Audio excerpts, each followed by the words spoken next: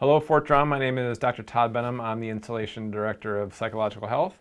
And I just wanted to come to you and talk to you a little bit about how to manage some of your emotions or maybe some stress that you or your family have been experiencing as we all try to deal with the coronavirus or COVID-19. So a couple things I want to talk about with y'all is first really making sure that we're focusing on the facts.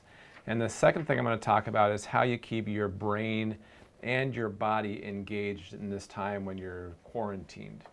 So the first thing I want to talk about is how we gather information. Now, people are anxious, and that makes sense. We want answers. We want to figure out how we can prevent or mitigate our chances of getting coronavirus. We are hoping that we can find vaccines and cures, and these are all questions for which we are wanting answers. So we're looking for that information. Now, if you were to scroll through your news feed, your social media feed, you're going to find all sorts of information, a lot of different debates about information that some person thinks is true and maybe somebody else thinks something else is true. But I want to help you think of ways to look for a source that's both reputable and factual. So first thing, we've all heard about fact checking, right? And that's what I want you to think about when it comes to coronavirus. Make sure you're doing your fact checking. Now, a lot of us access our information via social media platforms, and while that might be okay, sometimes we get some misinformation from our social media. So you might not even actually be trying to access your social or access something about coronavirus. Maybe you're trying to scroll through something just looking for entertainment, but you see something about coronavirus. Maybe you've seen that gargling salt water, for example, or blowing hot air into your throat will help cure the coronavirus. Now, as far as I know, that isn't going to help with your coronavirus, but maybe you've seen it on Facebook, so maybe you shared it and somebody else shared it, and then suddenly you've got 1,000 people thinking something that isn't true.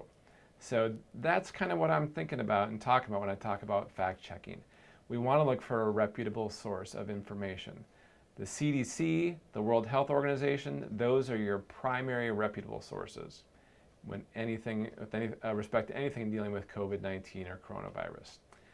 There are other major medical centers and academic institutions that are also reputable sources. If you're thinking about an opinion piece or an anecdotal story of a friend or whatnot, that could potentially be sensationalized, or it might be just really focused on one person's experience and not necessarily giving you a full picture of what is going on with the coronavirus. So when you're researching information or before you post it or share it with somebody else, first make sure you validate the source of the information. Who is putting out that information?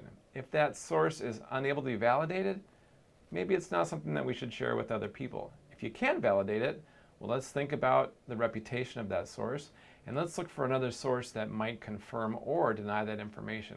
We want to get multiple sources of information that share the same information. Especially with something like coronavirus that is new or novel, we don't have a lot of data on it yet, so we're gathering more information as we go.